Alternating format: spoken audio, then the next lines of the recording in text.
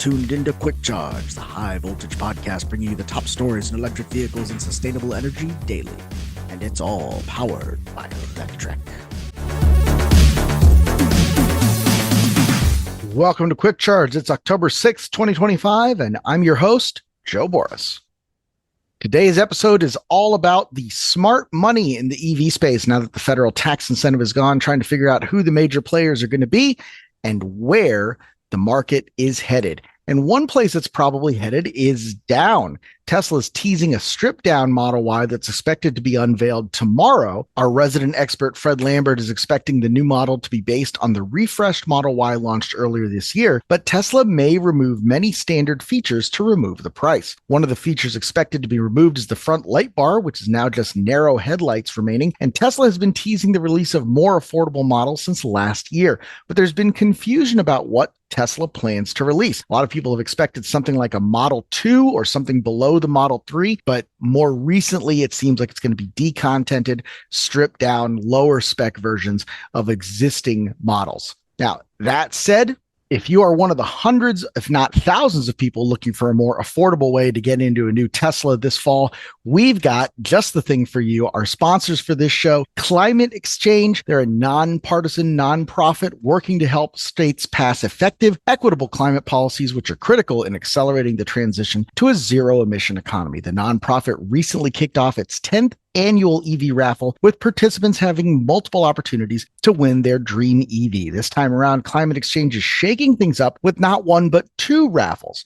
The first is the luxury raffle, which Climate Exchange has conducted every year for the last decade. The grand prize winner can choose any EV on the market, fully customized up to $120,000. New this year, the grand prize winner can also choose two EVs totaling up to $120K. Also new for this year is the mini raffle, in which the grand prize winner can choose any EV on the market priced up to $45,000, which probably would include the new lower price Tesla that we're expecting. So that's pretty exciting stuff. See how I tied that in? That's how professionals do it, kids. Be sure to take notes. Luxury raffle tickets are $250 each and only 5,000 will be sold, while mini raffle tickets are $100 each, and Climate Exchange is only selling 3,500 tickets. Thus, your chances of winning your dream EV are higher than ever and higher than other raffles. Better yet, if you purchase a ticket to the luxury raffle by October 30th, 2025, you'll be automatically entered into their bonus early bird drawing for $10,000 on October 31st. The grand prize drawing will take place December 12th, but we recommend getting those early bird raffle tickets now to give yourself the most chances to win. Visit carbonraffle.org/Electrek to learn more. We'll have that in the show notes over at electrek.co, and of course in the blurb for the YouTube channel. And throughout this episode, if you're watching this on YouTube, in the bottom right corner, we're going to have some sample raffle tickets here along the way to remind you who is bringing this episode to you. Now, of course, we talked a little bit last week about Tesla's Q3. That was 497,000 deliveries.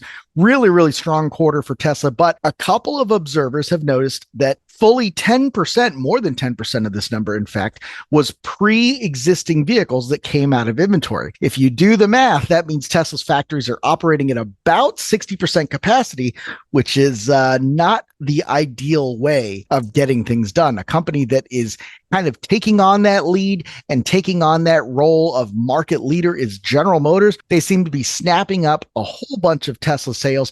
And now in Cadillac's quiet coup, nearly half of all the Cadillacs sold in Q3 were electric. In Cadillac showrooms across America, the brand's renewed standard of the world ambitions are now matched by sleek, statement-making electric vehicles. And thanks to a little help from the federal tax credit FOMO, more than 40% of new Cadillacs sold last quarter were electric. GM's overall EV sales numbers were up 110% last quarter, climbing to 66,500 units in the US alone on the back of the affordable 300-plus mile Chevy Equinox and semi-1,000-mile capable Silverado EV, but still very, very capable truck. But it was Cadillac dealers that saw the biggest growth in EV sales. That's, of course, because they have three new models joining the Lyriq: the Optiq, the Vistic, and Cadillac's Escalade IQ. Now, granted, very few of these models were, under that $80,000 price tag, and even fewer of the buyers of these new Cadillacs were making less than 150 grand a year. So a lot of them would not qualify for that $7,500 tax credit anyway, but GM, with their clever accounts, has figured out a way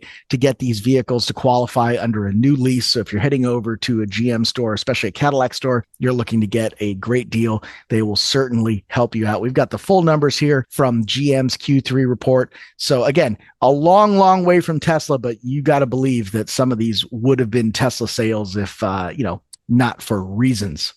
Now, if factories not running at capacity is not a big enough problem, if new hot vehicles from competitive brands isn't enough of a problem, it looks like there's even more trouble coming from Tesla. Tesla's in hot water for mishandling insurance claims. California is taking a significant enforcement action against Tesla Insurance, alleging the company has been systematically failing to handle claims properly and harming its customers in the state. The California Department of Insurance announced the action, threatening to revoke Tesla's license to operate in the state and impose significant fines. According to the press release, the California Department of Insurance has issued accusations and notices of orders to show cause against Tesla Insurance Services, Tesla Insurance Company, and their partner, State National Insurance Company. The department alleges that these companies have repeatedly failed to comply with California's claim handling laws, leading to significant harm for policyholders, most of whom are Tesla drivers. The Department of Insurance laid out some of the core allegations, quote, egregious delays in responding to policyholder claims in all of the claims handling processes, causing financial harm, out-of-pocket expenses, and potential third-party liability of exposure and distress to policyholders. Unreasonable denials and delays in fully paying valid claims to consumers, failure to conduct thorough, fair, and objective investigations of claims, thus denying consumers the insurance benefit they expect, and failure to advise policyholders of their rights to have their claims denial reviewed by the department, a major consumer protection in California to make sure insurers are held accountable by the regulator. The state claims that despite numerous warnings and meetings where Tesla and its partners promised to improve, quote, the number of justified customer complaints and violations continues to mount. The companies now face potential penalties of up to $5,000 for each unlawful, unfair, or deceptive act, or up to $10,000 for each act determined to be willful.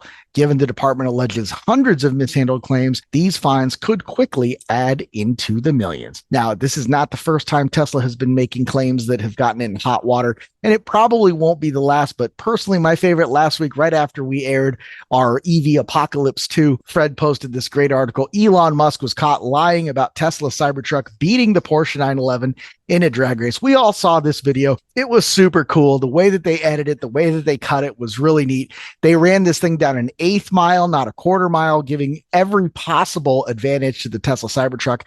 They had a Cyber Beast there versus one of the lowest models of Porsche 911 that you can buy. So obviously not necessarily apples to apples, but that's not the point of this. The point of this is showing how quickly the Cybertruck can get off the line, even when towing. That's never been in doubt. And as impressive as it was, though, there was just so much to it that was nonsense. And the defense from the engineers saying that, hey, we ran this through simulations and that's what it did. That's just laughable, man. If you've ever driven any kind of race car, if you've ever been in any kind of drag race or any kind of, road course or oval race, the simulations are a tool to maybe help you on setup, but there's a long, long way to go between a simulation and real life. And if you don't understand that and you're an engineer, son, I pity you. You are in bad shape, and the bridges that you build are going to kill people. So definitely check out this article. This is really interesting stuff. The fastest eighth mile Cybertruck hit while towing on the day was 7.8 seconds at 88 miles an hour. Don't get me wrong, that is absolutely moving. The trailer tires were only rated to 80, so we opted to call it a day before someone got hurt. Our simulation showed the full quarter mile race would be close, but with the same net result, so no need to risk it. Man, what an absolutely crybaby scenario. Not to sound all toxic masculinity here, but that is embarrassing. And I would hope that any of my boys reading this would know better and not bring me some nonsense like this. I want to see the time slip, or it didn't happen. That's all I've got for today, October 6th. Be sure to like and subscribe. Check out the Climate Exchange raffle. It is legitimate. They've been doing this for a long time, and they've been a sponsor of many articles and different adventures that I've had over the years. So we love supporting them. And check back tomorrow for more.